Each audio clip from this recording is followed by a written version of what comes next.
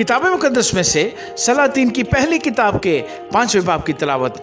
और सोर के बादशाह हिराम ने अपने खादमों को सुलेमान के पास भेजा, क्योंकि उसने सुना था कि उन्होंने उसे उसके बाप की जगह मसा करके बादशाह बनाया है, इसलिए कि हिराम हमेशा दाऊद का दोस्त रहा था। और सुलेमान ने हिराम को कहला भेजा कि तू जानता है कि मेरा बाप दाऊद खुदावंद अपने खुदा के नाम के लिए घर न बना सका, क्योंकि उसके चौगिर्द हर तरफ लड़ाइयाँ होती रहीं, जब तक कि खुदावंद ने उन सब को उसके पाँव के तलवों के नीचे न कर दिया। और अब खुदावंद मेरे खुदा ने मुझको हर तरफ अमन दिया है, ना तो कोई मुखालिफ है ना आफत की मार। सो देख, खुदावंद अपने खुदा के नाम के लिए एक घर बनाने का मेरा इरादा है, जैसा खुदावंद ने मेरे बाप दाऊद से कहा था कि तेरा बेटा जिसको मैं तेरी जगह तेरे तख्त पर बिठाऊंगा वही मेरे नाम के लिए घर बनाएगा। सो अब तू हुक्म कर कि वो मेरे लिए लुबनान से देवदार के दरख्तों को काटे, और मेरे मुलाजम तेरे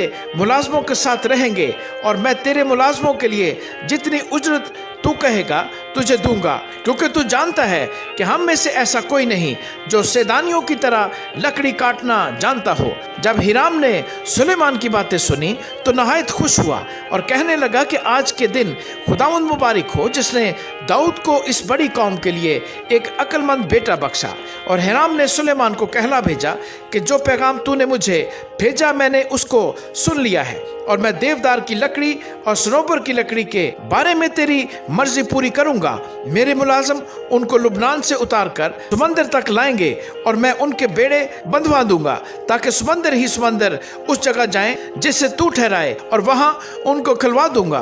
फिर तू उनको ले लेना, और तू मेरे घराने के लिए रसद देकर मेरी मर्जी पूरी करना। पस हिराम ने सुलेमान को उसकी मर्जी के मुताबिक देवदार की लकड़ी और सनोबर की लकड़ी दी, और सुलेमान ने हिराम को उसके घराने के खाने के लिए 20,000 कोर गेहूं और 20 कोर खालिस तेल दिया।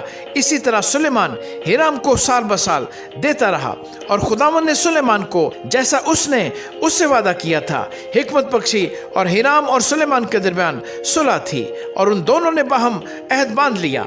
और सुलेमान बादशाह ने सारे इसराइल में से बेगारी लगाए। वो बेगारी 30,000 आदमी थे, और वो हर महीने उनमें से 10-10 हजार को बारी बारी से लुबनान भेजता था। सो वो 1 महीना लुबनान पर और 2 महीने अपने घर रहते, और अदुनराम उन बेगारियों के ऊपर था। और सुलेमान के 70,000 बोझ उठाने वाले और 80,000 दरख्त काटने वाले पहाड़ों में थे। इनके अलावा सुलेमान के 3,300 खास मनसबदार थे जो इस काम पर मुख्तार थे, और उन लोगों पर जो काम करते थे सरदार थे। और बादशाह के हुक्म से वो बड़े बड़े बेशकीमत पत्थर निकाल कर लाए, ताकि घर की बुनियाद गढ़े हुए पत्थरों की डाली जाए। और सुलेमान के मेमारों और हिराम के मेमारों और जिबलियों ने उनको तराशा और घर की तामीर के लिए लकड़ी और पत्थरों को तैयार किया। आमीन।